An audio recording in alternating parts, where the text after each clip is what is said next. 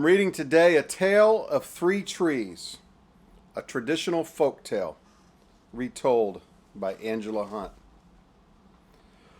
Once upon a mountaintop, three little trees stood and dreamed of what they wanted to become when they grew up. The first little tree looked up in the stars, twinkling like diamonds above him. "I want to hold treasure," he said. "I want to be covered with gold and filled with precious stones. I will be the most beautiful treasure chest in the world." The second tree looked out at the small stream trickling by on its way to the ocean. "I want to be a strong sailing ship," he said. "I want to travel mighty waters and carry powerful kings. I will be the strongest ship in the world." The third little tree looked down in the valley below where busy men and busy women worked in the busy town. "I don't want to leave this mountaintop at all," she said. "I want to grow so tall that when people stop and look at me, they will raise their eyes to heaven and think of God.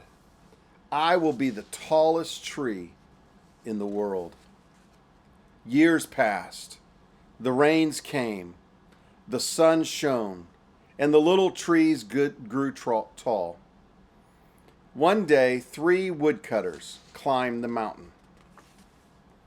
The first woodcutter looked at the first tree and said, "This tree is beautiful. It's perfect for me." With a swoop of his shining axe, the first tree fell. "Now I shall be made into a beautiful chest," thought the first tree. "I shall hold wonderful treasure." The second woodcutter looked at the second tree and said, "This tree is strong. It's perfect for me." With a swoop of his shining axe, the second tree fell. "Now I shall sail mighty waters," thought the second tree. "I shall be a strong ship fit for kings." The third tree felt her heart sink with the last woodcutter looked at her way.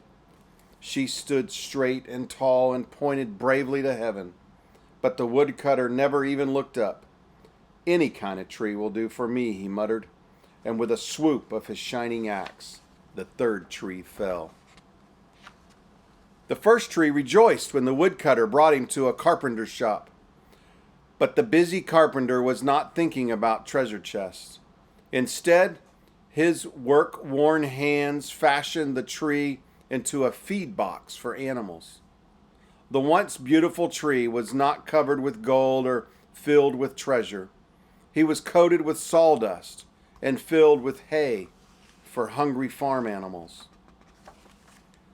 The second tree smiled when the woodcutter took him to a shipyard, but no mighty sailing ships were being made that day. Instead, the once strong tree was hammered and sawed into a simple fishing boat. Too small and too weak to sail an ocean or even a river, he was taken to a little lake, and every day he brought in loads of dead, smelly fish. The third tree was confused when the woodcutter cut her into strong beams and left her in the lumberyard. What happened? The once tall tree wondered. All I ever wanted to do was stay on the mountaintop and point to God. Many, many days and nights passed. The three trees nearly forgot their dreams. But one night, a golden starlight poured over the first tree as a young woman placed her newborn baby in the feed box. "I wish I could make a cradle for him," her husband whispered.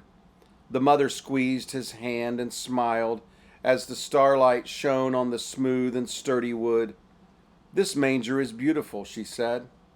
And suddenly the first tree knew he was holding the greatest treasure in the world. One evening, a tired traveler and his friends crowded into an old fishing boat. The traveler fell asleep as the second tree quietly sailed out into the lake. Soon a thundering and thrashing storm arose. The little tree shuddered. He knew he did not have the strength to carry so many passengers safely through the wind and rain. The tired man awakened. He stood up stretched out his hands, and said, "Peace." The storm stopped as quickly as it had begun. And suddenly, the second tree knew he was carrying the King of heaven and earth. On Friday morning, the third tree was startled when her beams were yanked from the forgotten woodpile. She flinched as she was carried through an angry, jeering crowd. She shuddered when soldiers nailed a man's hands to her. She felt ugly and harsh and cruel. But on Sunday morning, when the sun rose and the earth trembled with joy beneath her, the third tree knew that God's love had changed everything. It had made the first tree beautiful. It had made the second tree strong. And every time people thought of the third tree, they would think of God. That was better than being the tallest tree in the world. The tale of three trees. We all have ambitions in life to be a great treasure or to associate with important people or even stand tall and point towards God. But the lesson that I learned from the tale of three trees is that it's in the humble obedience in the simple things that we can carry the greatest treasure of all and associate with the King of Kings and point everybody towards God. Thank you. God bless you.